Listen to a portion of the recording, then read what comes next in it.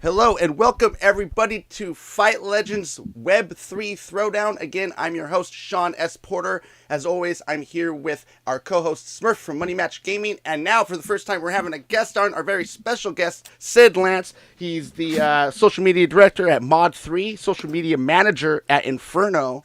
How are you doing today? Thank you so much for coming on. How are you? Doing good. Thanks for having me. Happy to hop in and hang out with you guys for the afternoon.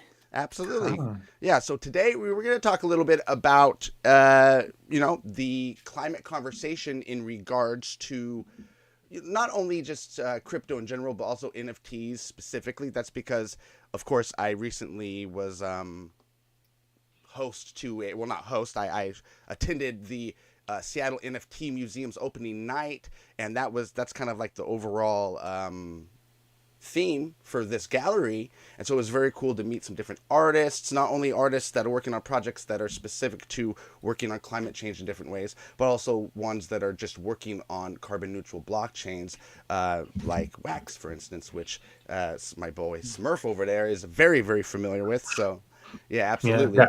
got my early wax badge. Yeah, exactly, man. And I actually even like was able to mint my first Wax NFT there, and it's basically like just a little ticket kind of stub for the opening night. So that was very cool, guys. And Oh, I know cool. I both sent you both out kind of like a heads up that this was going to be the topic. And hmm right off the bat, I just kind of want to start with like more of a general idea of like what are our first thoughts when it comes to, the climate conversation, when it comes to our jobs and our roles in the industry. Do you think it's like even a question? Is it even being brought up? Is it even important when it comes to the industry? I know maybe our personal biases, maybe we believe it's important or not, but as far as like within the industry, how important of a conversation is this? We'll go with you first, Sid, since you're the guest here. Well, thank you. I mean, I've heard quite a few people talking about it, but the conversation seems to have slowed down a lot recently in the community because I feel like, um, as much as people outside of the community might not have had their fears allayed, a lot of us who have been here for a little while, we've already heard the arguments, So it seems like people have stopped talking about it quite so much in Twitter Spaces, articles, threads. But I definitely think that the consciousness of it is still there, in my opinion. I feel like I don't feel like there's a group of people in the NFT community that just don't care about the environment. I think that it is in the community consciousness for sure.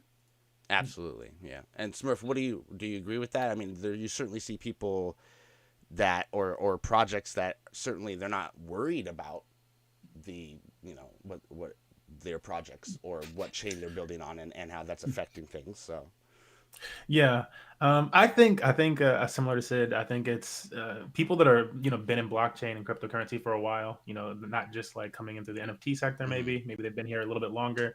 They already know these arguments.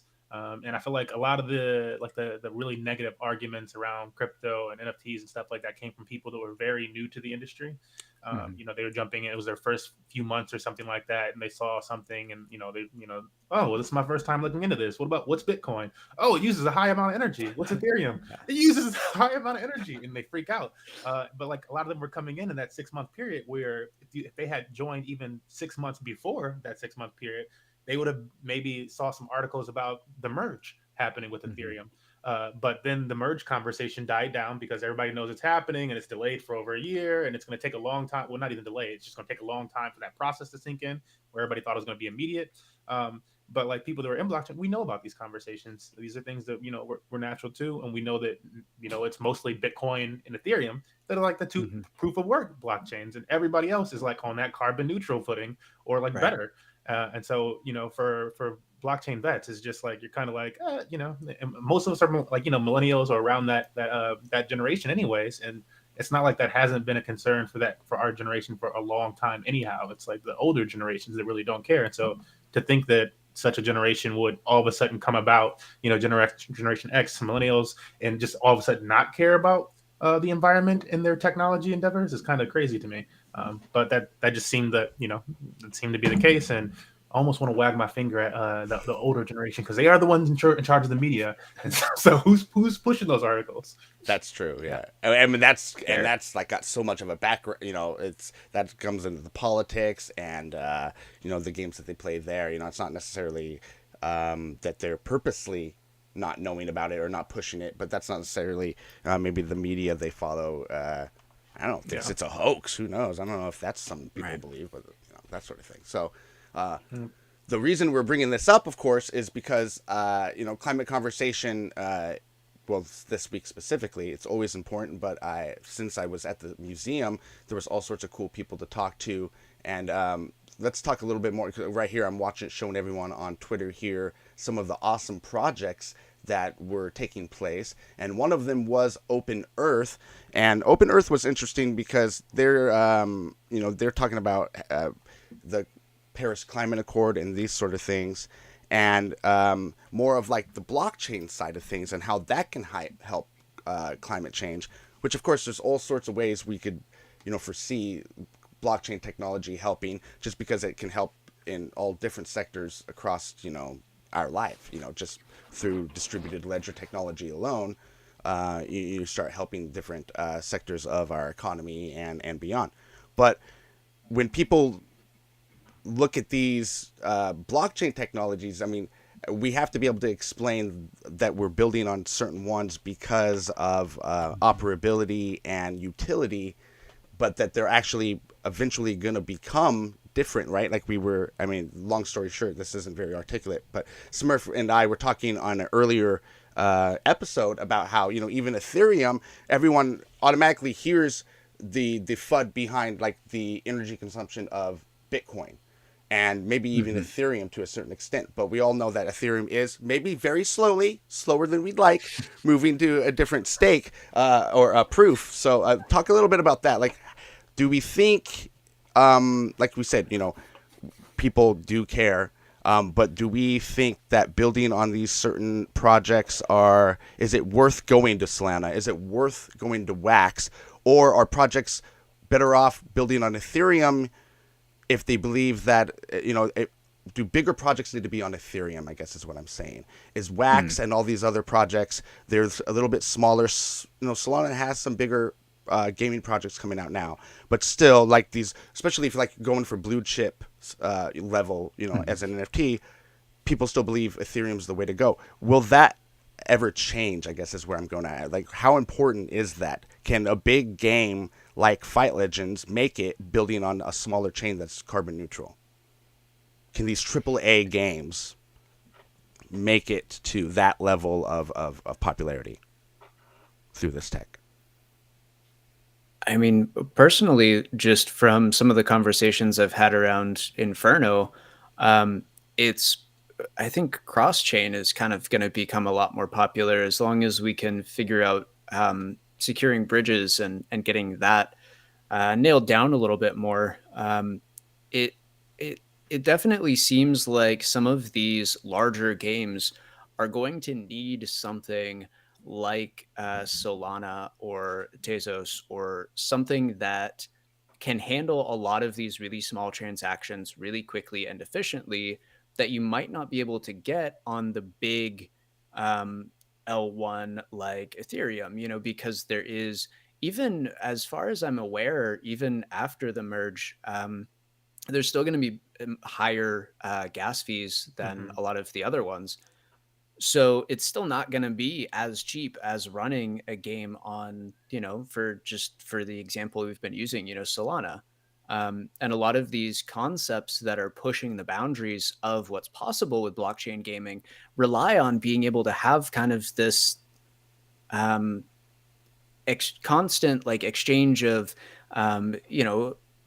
potions or different assets or NFTs or just a whole bunch of information is going to be coming and going that needs to be processed. And I don't think that it's going to be efficient even after the merge for large games with a lot of consumption to be on something like Ethereum. So I think that it will just kind of depend on the project and how much it's going to be exactly using as far as the assets. Are you going to have to be doing multiple transactions to play this game? Is it going to be a consistent daily thing where you're getting new things and swapping things and trading and upgrading and burning? Or is it going to be just like one drop, something like that you could do on Ethereum and play off of the larger base? But I think just practically, a lot of people are going to start gravitating once they start coming over from AAA games and start seeing the potential of the space. I feel like people are going to be drawn towards something that allows them more flexibility with the assets that they're putting into their game, rather than something like Ethereum that's just not cost effective long term. Interesting. Yeah. Smurf, any thoughts? Bro. Yeah, I would agree with that. As far as the interoperability and like just the cross blockchain interfaces, like every blockchains become, or not just blockchains, but platforms becoming cross chain. So whether that's a game or a decentralized finance application or whatever, becoming cross chain. Most recently in the DeFi space, amongst I'd have to call it like DeFi degens, because I've never seen this make like mainstream news media or anything like that.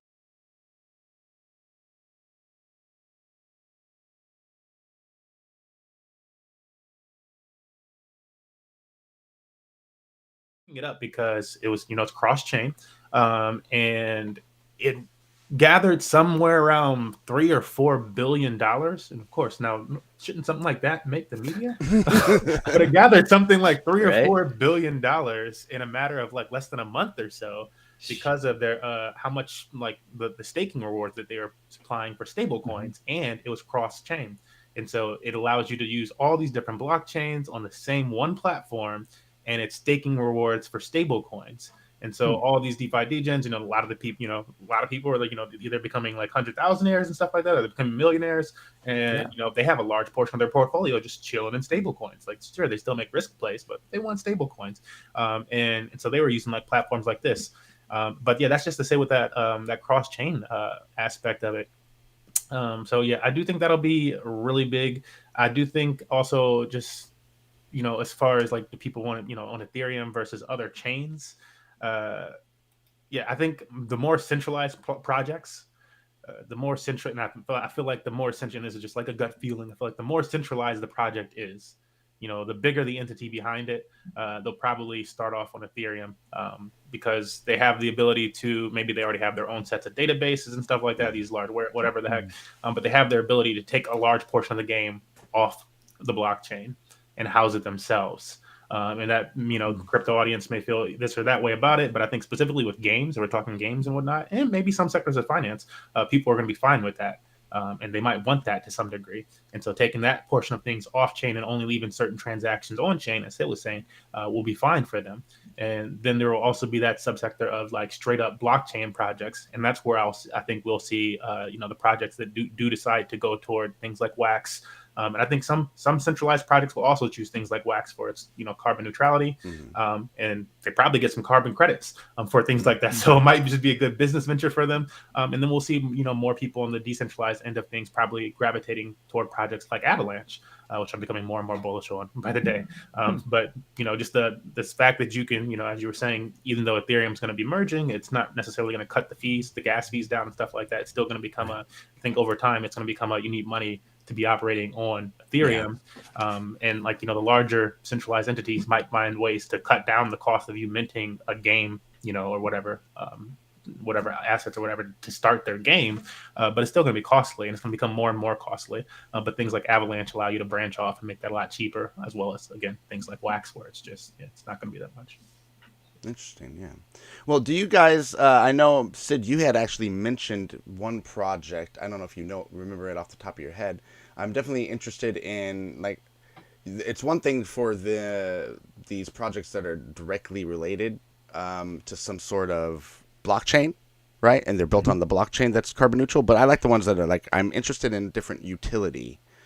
And I know, like, for instance, the open source was just people building. Or, I mean, Open Earth, was just NFTs that were sort of being released in conjecture and like partnership, but it wasn't like an actual interesting utility like a carbon kickback or anything like that. So, anyone have anything on the radar as far as that's concerned? Carbon kickback, is that the thing? Like, well, I don't know if that was the actual name of it. I remember there was one. I heard some kind of use case about like, they were some kind of carbon neutrality within the actual, like they were putting the proceeds of the NFT to some third party sort of thing that was doing carbon neutrality work Got through you. like business Yeah, regulation, I think. I saw something on our list of different artists today that was doing that. I believe it was Ah. the Algoanas. They're Mm. like iguana and algorand. So I Oh, think they're okay. like playing on the two of those. But they were doing like a tree. This is not like a crazy like in depth one, but Hmm. they were planting trees supposedly 1-to-1 with their NFT mints. But then they did really well in their NFT minting, Interesting. and so they went way beyond that, and now have a larger goal for planting trees because they only there's only most NFT projects are like 10,000. They're not going 50, 100,000. So, but they're Mm. now aiming for 50,000 trees planted. Mm. But along with things like that, I think a larger scale one would be something like ClimaDAO, which you just have to check up on that and see how that's doing. Was launched on Polygon/Matic, and similar to like an Olympus DAO type of fork. But they were using their funds to go and like actually do initiatives in the environmental world. So help with the oceans here, plant trees there, that type of thing, and kick back. And there was also like a carbon credits aspect that played in with that. And so their goal was to take the funds that they get from the project and use it kind of like as venture capital, so that they could get carbon credits. And then those carbon credits will play back into like how normal DeFi they do things like buying up their own assets and then burning them, etc., to help raise the price or sustain the project, etc. So better economics. And so Climate DAO is looking to do something similar to that, but utilizing these real world aspects, for however long they last, but of the carbon credits. Huh. Yeah, we're taking a look right now at the Climate DAO website. Go ahead, Lance. Or Sid, sorry. I was just gonna hop in and add a project or a couple of projects. So Monogramma, we haven't been helping them out for the past few months with their socials and some like community management work, and they haven't been doing necessarily climate like direct action. Okay. But their latest project has been focused on saving the Amazon, which is obviously a big part of climate change. We've been working with two of the tribes down there, the Pedersuri and Quinta Larga tribes. They were at war for centuries, but over the current chief's grandfather united both of the tribes to fight against the loggers and the illegal miners and poachers that were encroaching upon their tribal lands and their uh, just basically eradicating their culture. That I can't really get into some of the horrible things that they did to them currently, but it was basically a genocide by the miners and the loggers that were encroaching upon these tribal lands back in the 60s. So the United tried to protect their land. Currently, they're pairing up with Monogramma to create this initiative that brings awareness to what's going on down there. They sent works of art for inspiration, and the artists of Monogramma created dozens and dozens of works. I think right now we're at 60 or 70 total artists, and they launched the Guardian collection on Super Rare. So 30% of the net proceeds that go to Monogramma go back into the social impact DAO fund. Fuddled how I said that, but yeah, it's the fund that all of the projects use for our social impact.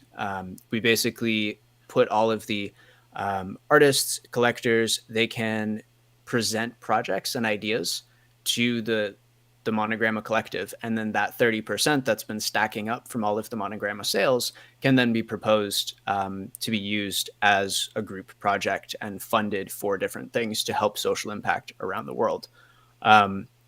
Currently, a big part of what we did was with the Quinta Larga tribes, Pedersuri and Quinta Larga tribes, is we funded a bunch of desktop computers and cell phones so that they can start doing their own digital art, and going out and taking pictures of their land and taking pictures of where the destruction has happened and the important areas that they have in their territories, so that they can preserve some of these their cultural heritage and get it onto blockchain and actually have it stored, so that as we fight and as we lose things over time, that record is still there for them. So it's not necessarily like directly climate change related, but still protecting the environment. And it cracks me up to work on a project like that and then have people on Twitter tell me that I'm burning the Amazon because I'm into NFTs. Oh my goodness. I'm just like, I'm literally helping this project that's like, we raised 12 ETH for the Amazon. Like, come on. Yeah. No, that's the exact kind of projects I was talking about. You know, those ones that are kind of laying low but doing good things. I mean, they're not as sexy as some of the ape NFTs out there. But Right. I'm more into those kind of. That's the utility that I know is gonna change the world for the better down. And has the potential to do so much. So yeah. Yeah, definitely agree. Yeah, it sounds like an awesome project. And I'm sure a feel good project too to be a part of. Like, honestly. Yeah, it's been awesome. We actually, not only are they on Monogramma space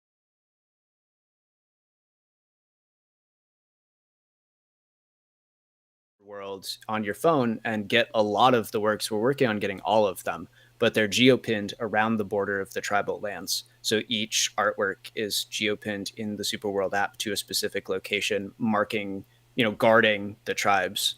And you can actually take them yourself in AR and like put them up in your house. Some of them are even 3D models. You can put them up in AR, walk around them with your mobile phone, and it's really cool. Yeah, that's awesome. That does sound awesome. All right. Any other projects on our radars, guys? I know Algorand is making a big splash because they're trying to take up Times Square. I just saw that today. Algorand. This says Algorand to take over Times Square in New York City on Earth Day to advocate for greener future. The first public carbon negative blockchain showcases its commitment to sustainability. Ooh, okay. There you go. That's an interesting one. Yeah, it popped in up on Markets Insiders for everyone watching here.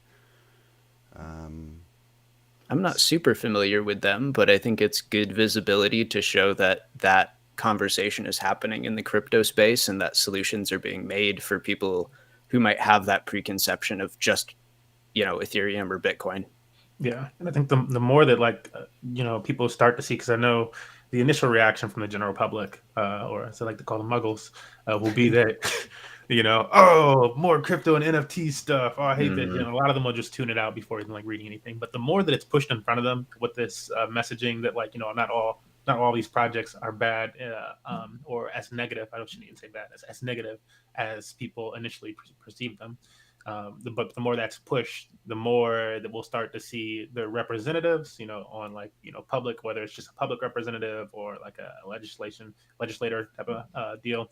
But the more they'll start to change their opinions, the more they'll do actual research behind a lot of these initiatives. And then at that point, it becomes kind of like a moral obligation for them. Yeah. Do they continue to be, willfully ignorant, or do they actually educate these people that might have, a different opinion about this? That people are entitled to their opinions, but when it's based on, misinformation, do you actually go out there and try to fix that, or do you leave it so?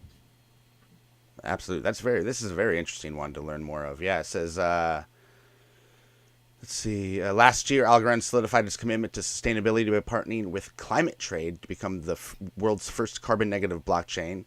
Climate Trade's a leader of CO2 emissions transparency and traceability that is using blockchain-based solutions to improve the efficiency of sustainability efforts for leading corporations around the globe.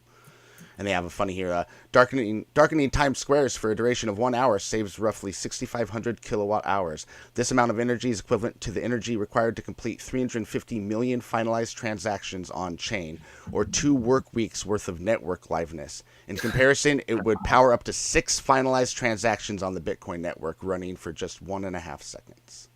I mean, I'm not even surprised. Have either of you guys been to Times Square and that area? Yeah. I lived in New York for a few months. It's crazy. You walk outside of a building. I just remember the last time that I was in New York, and it was I was at a Broadway play, and which is like right around the corner from like Times Square and stuff. But you like walk outside, and it was like 9:30, 10 o'clock by the time we got out of the play, and I could have sworn when I was looking outside that it was still daylight. Yep. I'm walking out of the building, and I'm like, those people, there's sunlight beaming on them or something. I'm like, it does not look like it's dark. And then you step outside, and it's like it's still coming into your eyes, like so ridiculously bright. Yeah. So. There's no brightness, and like Vegas does not compare with like the amount of lights that they have as what they have going on in New York around all of those blocks. And New York blocks, there's no block bigger in the world like a New York block. So like that is not a normal block. Like, it's 3 blocks. Yeah. Like 1 hour later. That's totally true. Oh, my goodness. All right. Well, awesome. Well, thank you guys so much for hanging out. This was, again, rough draft of what we're going to do here at the Web3 Throwdown.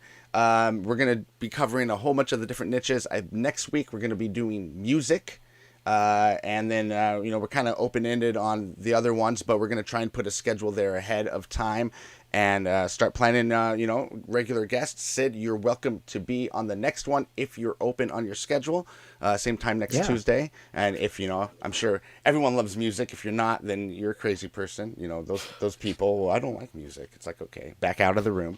But right. Yeah. So, I've been wondering whether to go artists or projects. So, I mean, if there are big artists, I know there's a couple really big artists. Those are going to be fair for coverage. But what we do is behind the scenes, we'll kind of collaborate on what we'd like to cover and have a little or have it flow a little smoother than this time around.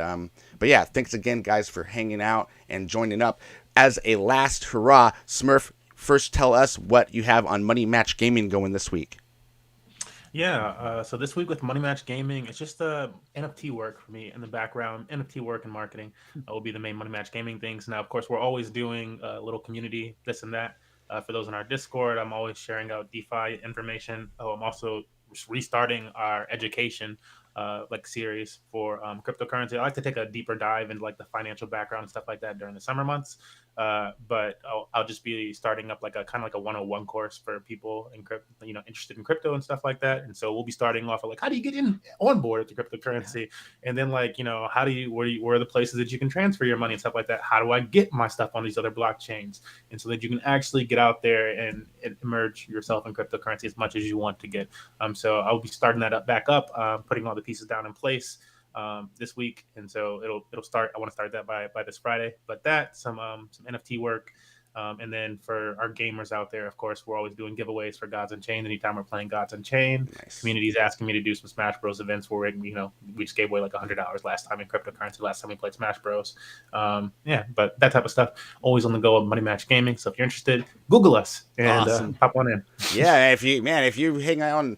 Play some Smash Bros, you might as well get in there and try and win some crypto, man. So awesome. Thanks, as always, Smurf.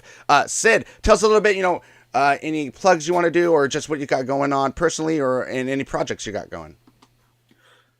Personally, I'm putting a lot of work into figuring out good onboarding flow for Mod 3. So what we do over there is anybody who has experience with community management, social media management, you can come up into the Discord, get onboarded into our community, get to know people, drop your experience, and then get connected with work because we have a lot of clients coming through our company who are looking for really talented people who know the Web3 space to help them with Twitter and to help them with Discord and set up some of those things. So a lot of really cool projects that we can connect people with. And we're just trying to make that process a little bit smoother this week. So that we can get as many people onboarded into like actual paying Web3 work as we can. That's been a big thing for me over the past few months is just being able to go full-time work from home in the NFT industry. I want to help as many people do the same thing. Awesome. Love it. Yeah, man. That's the dream, baby. We're here. Yeah. All right. Well, thank you two for hanging out.